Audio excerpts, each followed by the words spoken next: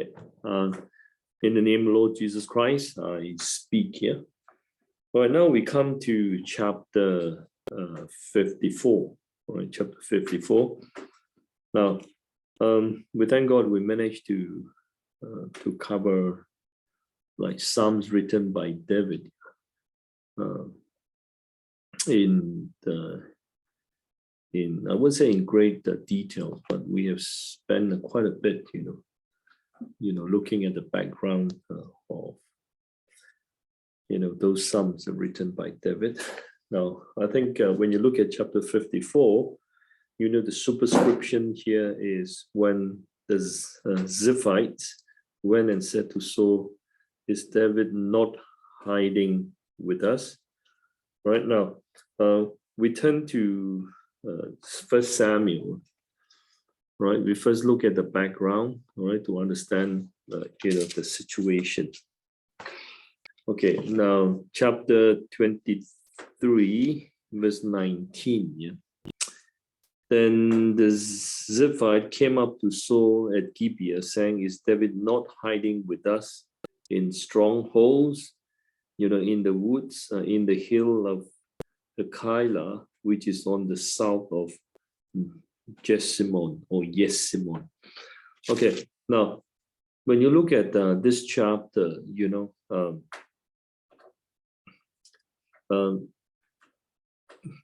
David was told how the Philistines were fighting against Keilah, and the Philistines, were wicked. They were robbing, the threshing floors at the time, and so almost at the time David was there. Okay, so the only reaction, of course, we said the natural reaction of David is to inquire God because he was a God-fearing person. Okay. Now, I want you to look at verse 2. And therefore, David inquired of the Lord, saying, "Shall I go and attack these Philistines?" And the Lord said to David, "Go and attack the Philistine and save Keilah." Now, when you look at this, it seems like a normal instruction, that God instructed, given to David, to follow, basically to ask him to go there to save. Now, we know that he was on the run at the time, right? Now, to go to Keilah was not a good idea at all to most people, okay?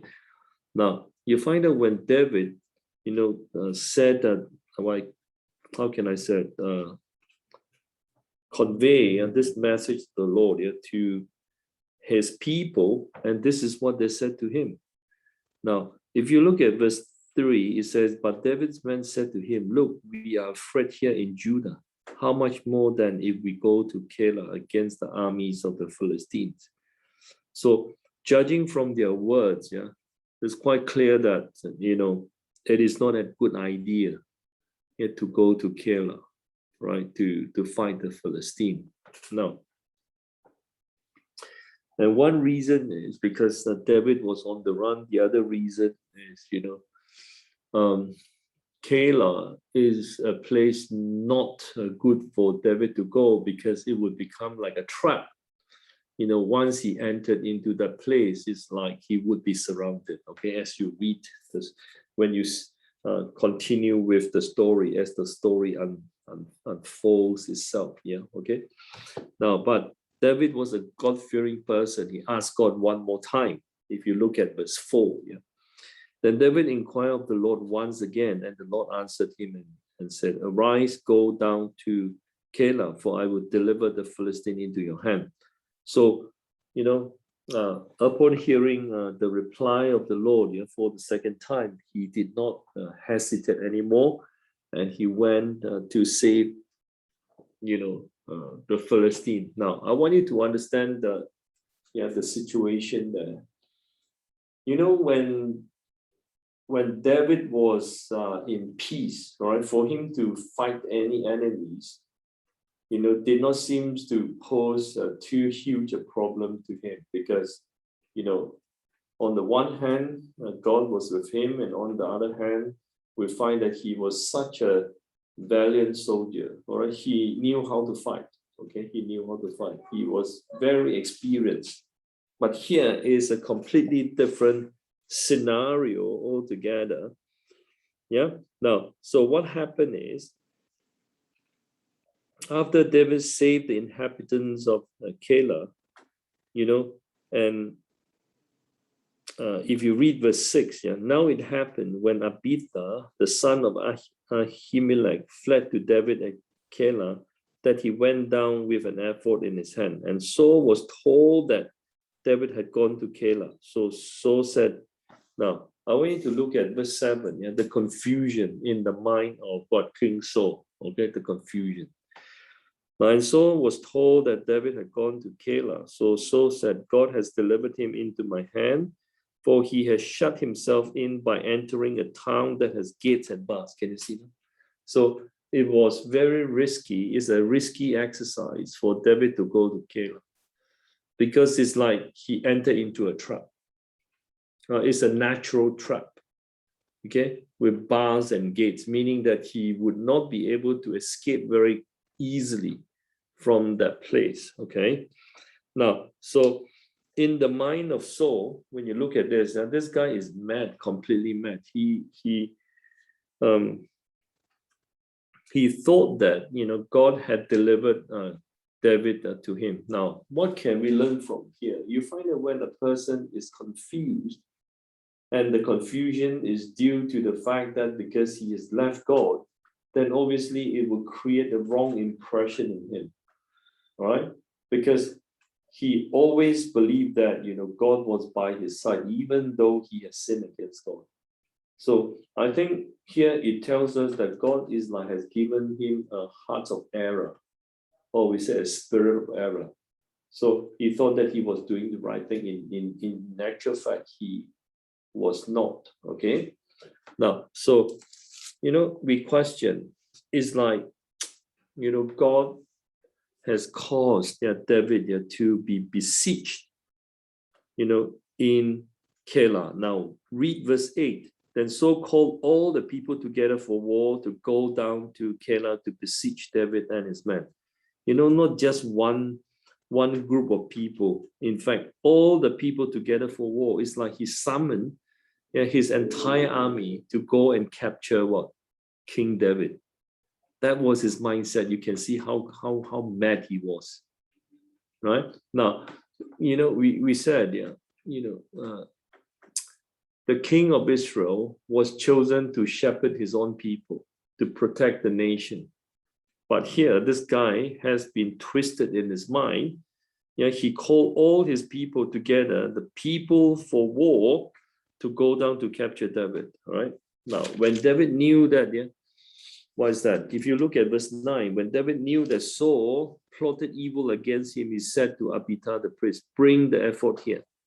Then David said, O Lord, God of Israel, your servant has certainly heard that Saul seeks to come to Keilah to destroy the city for my sake. Will the men of Keilah deliver me into his hand? Will Saul come down as your servant has heard? O Lord God of Israel, I pray, tell your servant. And the Lord said he will come down. Then David said, will the men of Keilah deliver me and my men into the hand of Saul? And the Lord said, they will deliver you. Okay, now I want you to look at this. You can see how difficult it was for David, okay? Now, so it's like here, God instructed David to go and fight and to save the city. And now what happened? King Saul came. Now, the other thing is the people or the inhabitant of Keilah were saved by David. And now what happened? When David was in trouble, they would deliver him to the hand of Saul. You can see, it's like teaching us that, no matter what, even in the most difficult of circumstances, doing good and following God's will is our top priority. Even it means that we have to sacrifice our life. That's the idea, okay? That's the idea. Okay, now verse 13. So David and his men, about 600, arose and departed from Keilah and went wherever they could. Then it was told Saul that David had escaped from Keilah, so he halted the expedition. All right. Now, so the reason for David to escape is not because he was smart, he was such a skillful man and he has learned the trick of escaping or whatever. No, I think verse 14 is the verse that we have read many times already. And David stayed in strongholds in the wilderness and remained in the mountains in the wilderness of Ziph. Saul sought him every day, but God did not deliver him into his hand. Now, I just want to drop down very quickly to verse 26, the one that we have read before. Then Saul went on one side of the mountain, and David and his men on the other side of the mountain. So David made haste to get away from Saul, for Saul and his men were circling David and his men to take them. Now, it's like at this point, David could not escape anymore. Now, how did God save him? I want you to read verse 27. Okay, chapter 23, verse 27. Right, but a messenger came to Saul saying, "Hurry, come, for the Philistines have invaded the land." Therefore, Saul returned from pursuing David and went against the Philistines. So they called that place the Rock of Escape. All right, now, so this is how God, delivered David. In time of danger, when David was in the most desperate of situation. Okay, and you find that he was delivered. Okay, it is in this circumstance or with this background information in mind. Then we can look at the psalm, all right, this psalm. Okay. All right, we turn back to chapter 54. 54. Now, this is a pretty short chapter. Now, we just divide the chapter into two parts, 1 to 3, and then 4 to 7. Okay. Now, save me, O God, by your name, and vindicate me by your strength. Hear my prayer, O Lord, give ear to the words of my mouth. Now, so you find that here it says, for strangers have risen up against me. All right. Now, obviously, strangers include all those whom he did not know. And you also find that it's like, King Saul has summoned every soldiers that he has to go all out to capture King David, or David. Now, also, Keilah, these are the people, whom he has saved. And now it's like they turn strangers to rise against him. Yeah, because God has already told him that these people would not save him, would deliver him. Okay, now so again, Ziph, and you find that the Ziphite, even went to tell Saul the whereabouts of David. It's like strangers have risen up against him. All right, now, an oppressor have sought after my life. They have not set God before them. Okay, now so this is, how can I say, is he can only cry out to God. He can only pray in desperation. There's no other way. All right. Now you cannot find any other ways to help. Like David could not find any other ways to help himself escape apart from clinging on to the Lord to the very end. And this is exactly what he did. Okay. Now, so in verse 4, he said, "Behold, God is my helper. The Lord is with those who uphold my life. He will repay my enemy for their evil, cut them off in your truth, in your faithfulness," or destroy them. Okay, destroy them in your faithfulness. Right now, so King this David realized that only God could help him, could set him free, or could spare his life, and could how can I help him to escape, from being captured by King Saul. Right now, when you look at verse 3 and verse 5, yeah, you see that, they have not set God before them.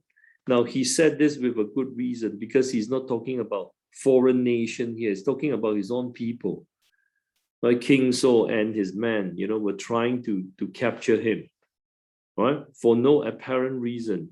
Now, therefore, the conclusion from David is that they have not set God before them. Okay, verse 3, yeah? Okay, now verse 5, and this is again like a statement of imprecation.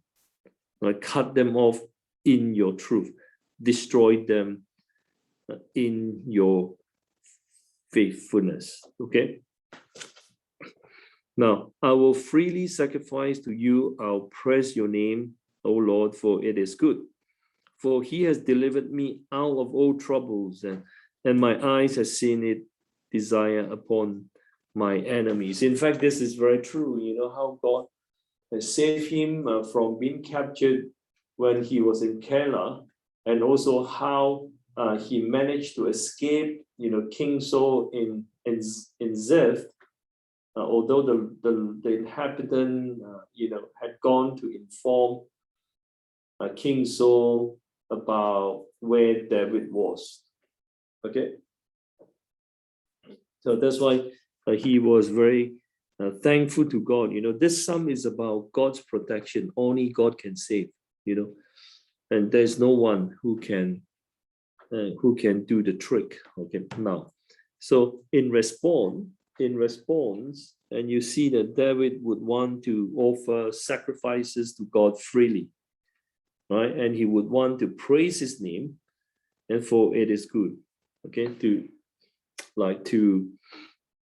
give thanks to God, right? Now, so this is the chapter. Yeah, this is the chapter. Okay, now we move on to the next one. 55 is relatively longer. Okay, now if you look at the mini introduction, is about the contemplation of David. Now, I think in this chapter, he is talking about, his friends, his companions have turned against him. Yeah. Now, I just want you to look at some, how can I say it?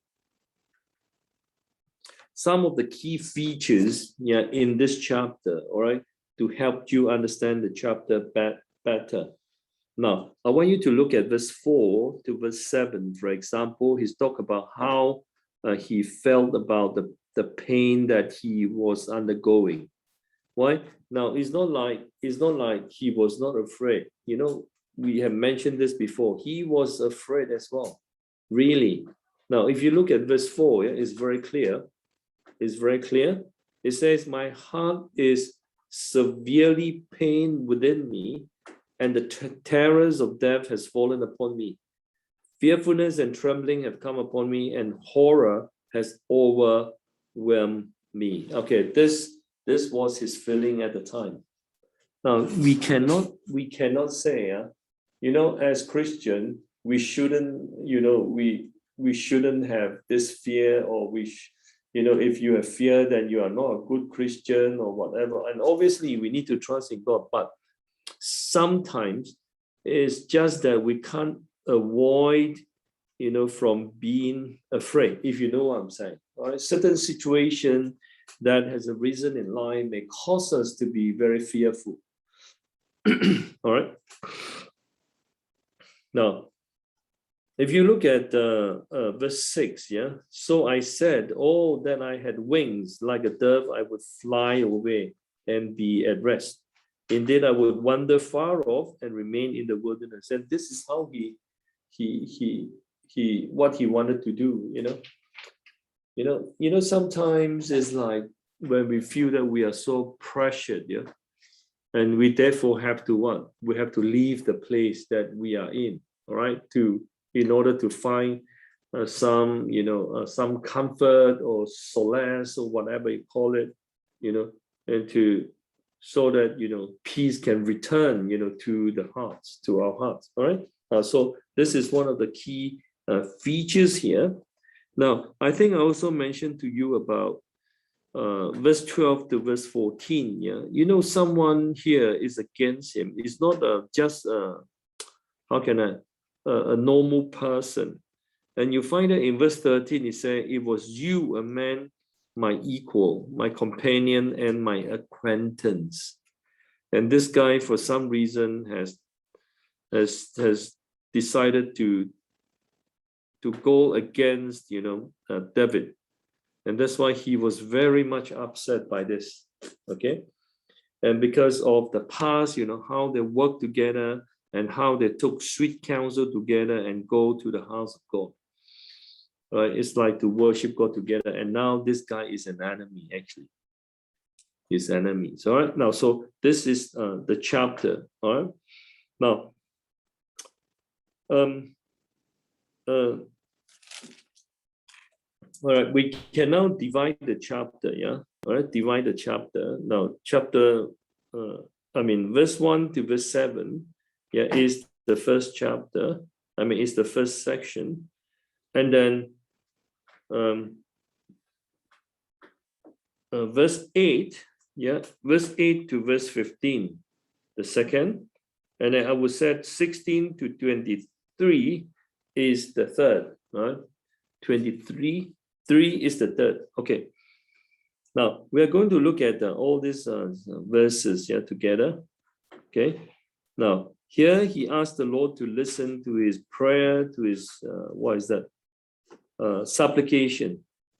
Now, so, you know, it's like here, you know, David acknowledged that he has become very noisy in his complaint, you know, because of what has happened to him, or what was happening to him at the time. Right now, you know, he was oppressed from all directions, yeah, by his enemies, yeah, and the voice of his enemy and the oppression of the wicked, you know, and therefore he became very noisy in his complaint. Now, for they bring down trouble upon me, and in wrath they hate me. Right, so you know, it is so difficult. Yeah, it's so difficult for David. You find that many of the troubles that he faced at the time was not his own invention. He has not created them. Just like the incident in Keilah, it was God who asked him, you know, to save the people there, because he inquired and God said, "Go and save." Right? Now, obviously, there are many important teachings from that incident. Right? Even when a worker of God is on the run, yeah, and his focus must not just be on his life, and he must be what? Must be focusing on the life of others, meaning must be willing to save the life of others. So that is the you know, the point that we can learn from the previous chapter. Now, so when he was pursued after, obviously this can affect him pretty badly. All right, so he wanted to really go away from the noise, you know, of his enemies. All right, you know, sometimes we feel that way as well. We just want to be left alone. You know, you don't want people to trouble us. Yeah, but after all, you know, David is still human. He's just like us, right? He's not like a superhuman. Right? Now, I want you to read verse 8. Yeah? "I would hasten my escape from the windy storm and tempest." Right? And so in the second section, yeah, verse 8 all the way to verse 15, here obviously he asked the Lord to do something about, you know, his enemies, yeah, and particularly their tongues. You know, is like, you know, they are so powerful in their tongues. Yeah. Now, when you look at verse 9, he said, "Oh Lord, and divide their tongues." What does it mean? Divide their speech or divide their counsel, meaning let them not come together to plot, you know, to plot an evil scheme against God and against David. All right. Now, I guess this is what we need to do as well. Sometimes you don't need to pray that, you know, God would destroy our enemies. I don't think like what we said, we are not spiritual enough yet to pray in that manner. All right. I guess what we can ask is that God please divide, their speech, divide their counsel, meaning do not allow their counsel to take effect. Do not allow their counsel to come into fruition. Okay. Now, so I guess this is something that we can ask God to help. All right. When you read verse 9, yeah, because David has seen violence and strife in the city. Day and night they go around it on its wall. Iniquity and trouble are also in the midst of it. Destruction is in the midst. Oppression and deceit do not depart from its street. Now, when I read this, I'm asking myself, which city is he talking about? Is he pointing to a historical city or the city that he was in? Probably, when he was on the run, that is possible, okay? Now, because King Saul was after him. Now, we understand that this is also prophetic in nature. So he is only asking God to divide their counsel, their speech. Right? Now, so it's like it give us the idea that, a community of God can be turned into a place of confusion because of the sin of one person, or because the leader is not good, just like King Saul. All right. I think this is a wonderful teaching for us, concerning what our leaders, even we ourselves, who are leading the church. We have to be very careful, not to commit this kind of wrong, to bring so much trouble, to the church of God. All right. Now, here you find that it mentioned about an enemy. So okay, I have already mentioned, or someone who is very close to him has turned around, trying to put him away. And the guy even reproached David. All right. If a stranger were to come to you and say words against you, I guess, you just shake your shoulder and walk away, shrug your shoulder, and go away. But if someone who is close to you, right, and who has been serving with you all along, and suddenly, come around and say words of discouragement or whatever, then obviously you would take it, very seriously and very badly as well. Okay. Now, so when you look at verse 15, again, here we see is a statement of imprecation, all right, to ask God to do something about it, like to curse them. That's why this one is a very strong word. Yeah, let death seize them, let them go down alive into hell, for wickedness is in their dwelling and among them. Okay. No, so I guess, yes, this is the experience that David had, and I also believe that this is like a message, concerning what would happen, to those who are faithful, who serve God, in the community of God. All right. So I guess this is we need to be, how can I say, prayerful enough, so that we can pull through every difficult situation that God has placed us in. Okay. Now, verse 16, as for me, I will call upon God, and the Lord shall save me. Now, you see that he was so determined, to hold on God. And therefore, here it says, like, he prayed 3 times a day. Okay, now if you look at verse 17, evening and morning and at noon, I will pray and cry aloud, and he shall hear my voice. I will call upon God, and the Lord shall save me. Now, how do you call upon the Lord? It's not just like haphazardly, half-heartedly in prayer. Sometimes you pray and sometimes you do not pray. But when you look at David, when he said, as for me, I'll call upon the Lord, it means that he will pray unceasingly. So we said morning, evening, and even noon.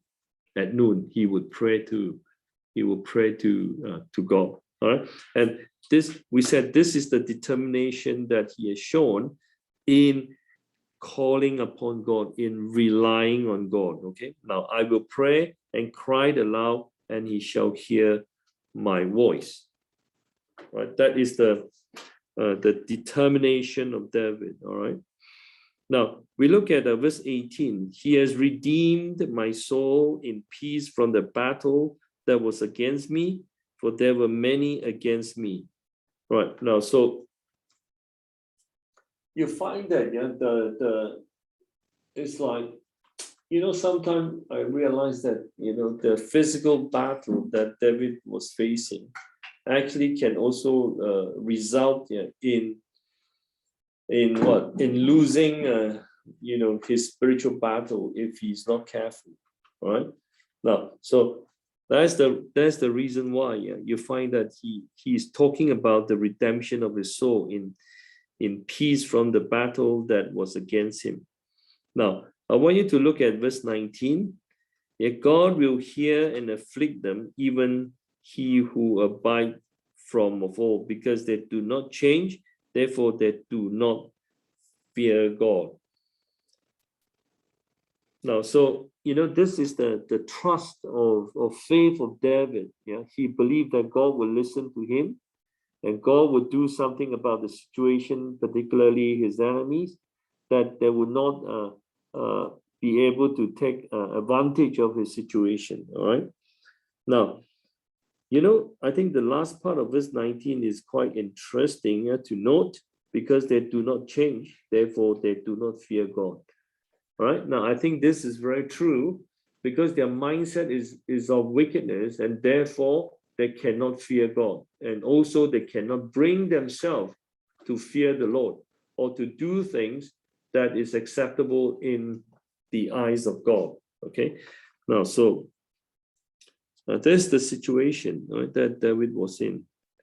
Now, I want you to look at verse 20 and 21. Here it talks about, how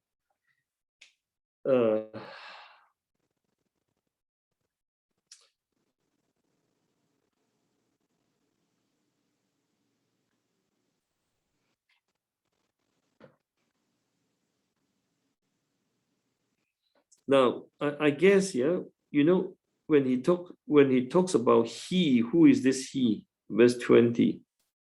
He has put forth his hands against those who are at peace with him.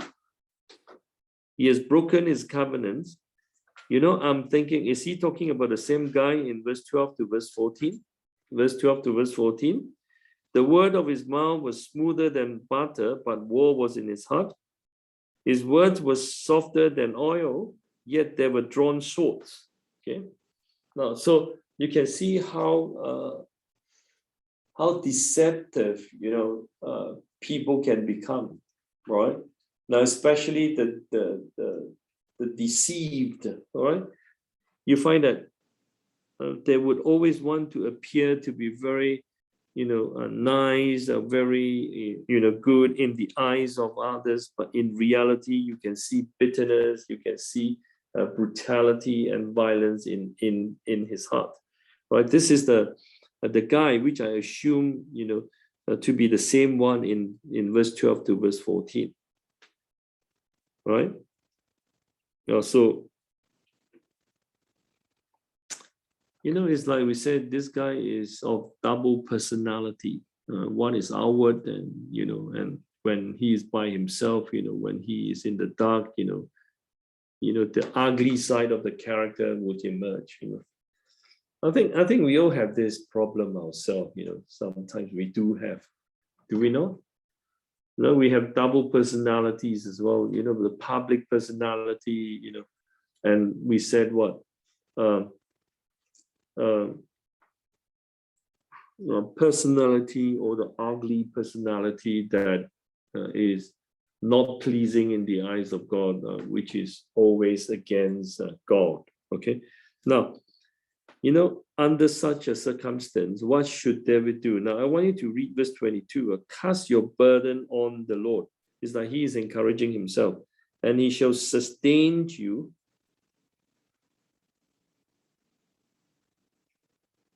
And he shall never permit the righteous to be moved. All right, this is the faith that David is trying to hold on to show, in this adverse situation when his friends, all his friends have turned, funny, have turned, how can I say, violence, against him. All right? Now, so cast your burden on the Lord mean not to think about, the wickedness of his friends, for example. Sometimes we can be very much troubled by, how we are treated by others. If you keep, how can I say, keep brooding over it, okay, what happened? Your mind become restless. Your mind will become restless. You can't really, control yourself or whatever, okay?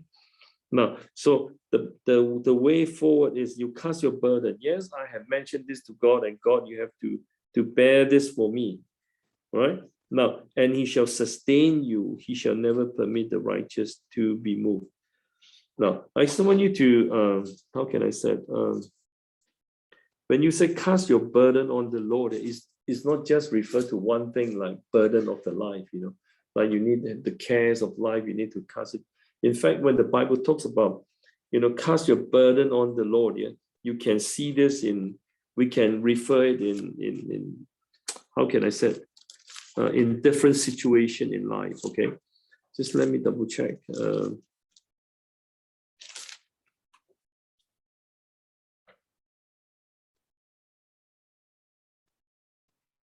Okay, now I just want you to look at one of the examples that we have done before in Psalms, in the book of Psalms, chapter 37. Okay, now do not fret because of evildoer.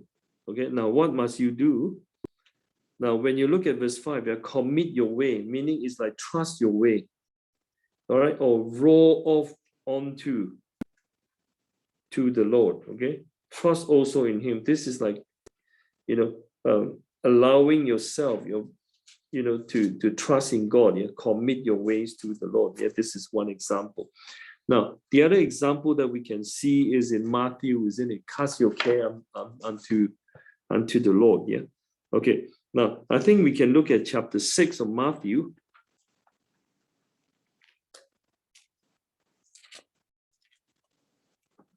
Okay, Matthew chapter 6, yeah? Now, from 25 all the way to 34, this is like what? We shouldn't be worried about life, isn't it? Is that also? Okay, this is one example. It's about life. You're not to worry. Then how can you trust everything unto the hand of the Lord? First, you must do what is seek the kingdom and his righteousness first, and then the rest shall be added unto you. Then you will not become worried. So when to trust mean here in this case to seek his kingdom and righteousness first. Okay, now any other example that you can think of concerning casting your burden unto the Lord or your cares? I think is in where? First Peter, isn't it? Yeah. Okay, now we turn to First Peter chapter 5.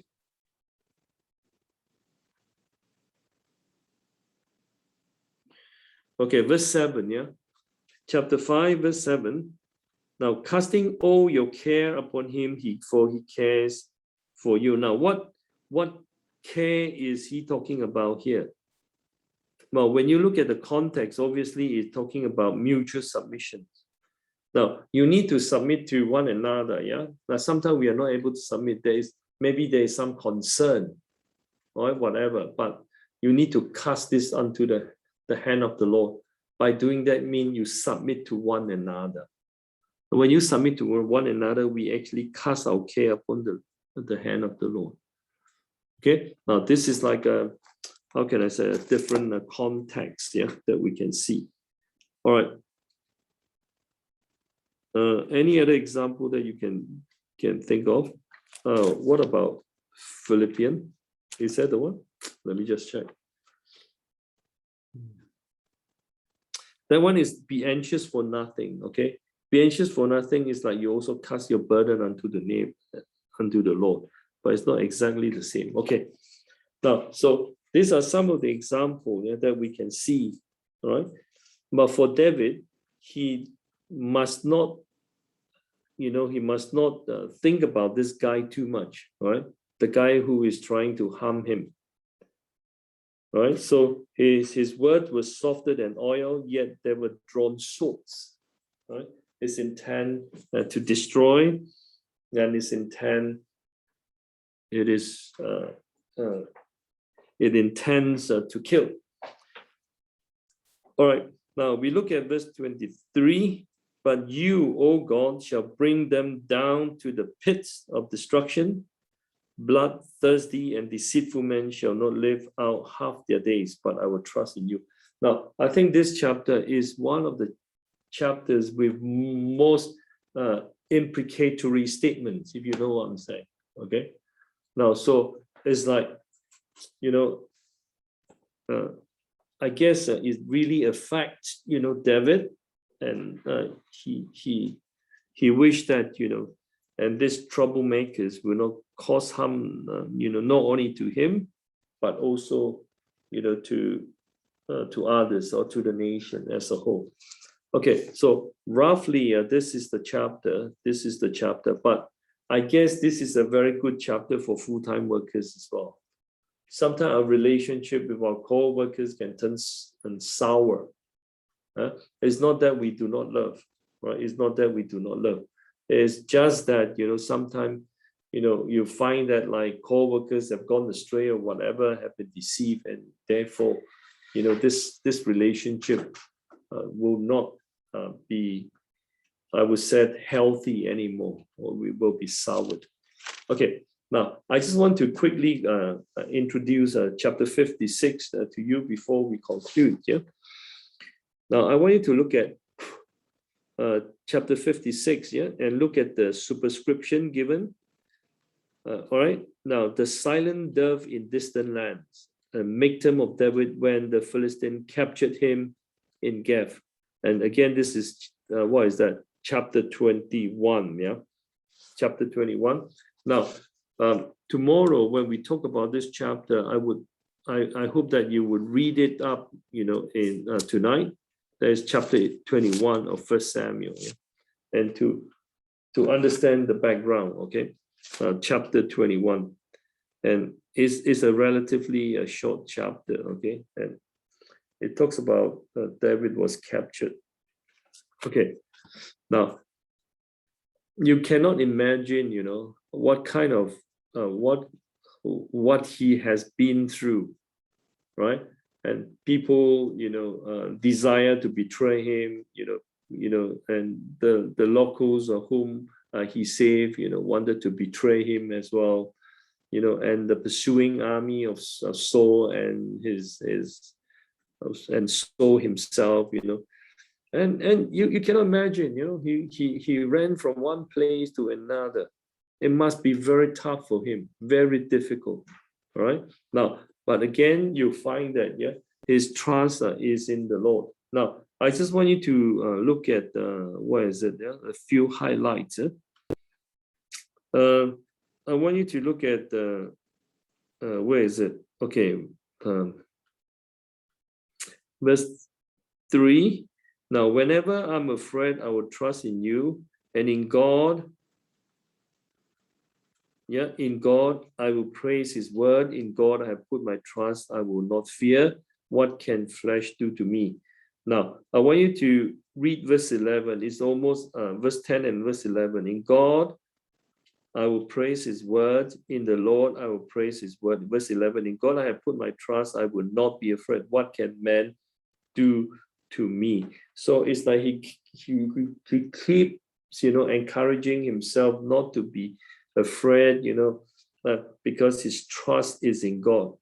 Now, so from the words here, we understand that it was quite desperate on the part of David as well. Okay, now we can understand this, yeah.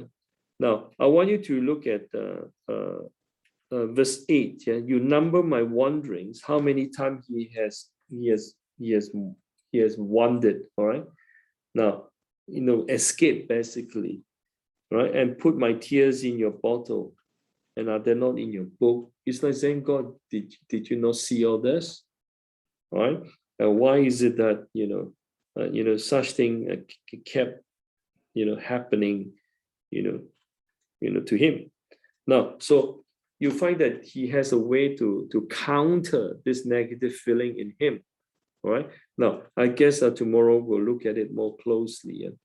Okay. Now, so up to this point, is there any question that you want to ask? All right.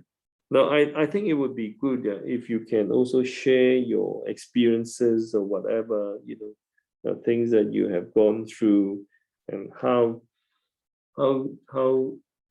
did you manage to pull through? All right. So I guess it would be good, like in our ministry work for God, yeah, we need to understand that, when we serve the Lord, yeah, correctly, then there are bound to be difficulties, and you will face with a lot of criticism and stuff like that from others. Yeah, do not be surprised. Do not be surprised. But my advice, my suggestion to you all is that the important thing is not about how people is treating you. The important thing is how do you render your service to God? The question is, does He accept your service? That's the most important thing. The rest is, to me, is not very relevant, to be honest. Now, again, when we are criticized, there is a need to look at ourselves more closely. Always be willing to be a bit more inward searching, to find out a bit more about ourselves, and to understand if our motive is right and is correct before God or otherwise. All right. Now, so, I guess this is important. Now, so for God, to allow David to go through so much, right? Obviously, with a good purpose. It's with a good purpose. You see that the life of David has become an example to many of us, and the sin that he has committed have become a warning to us all.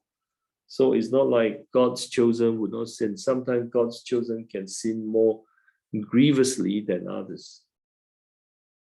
Right? So I guess, this how can I say it? The example of David is all clear, very clear to us. Now, after all, we are all humans, and therefore we must trust in God like David did. Fully trusted in God. All right. Never allow our mind to slip away from trusting God. Okay, I think that is the main thing. Okay. I guess we thank God we are not behind. So we don't need to have any night class. All right. So we pray together.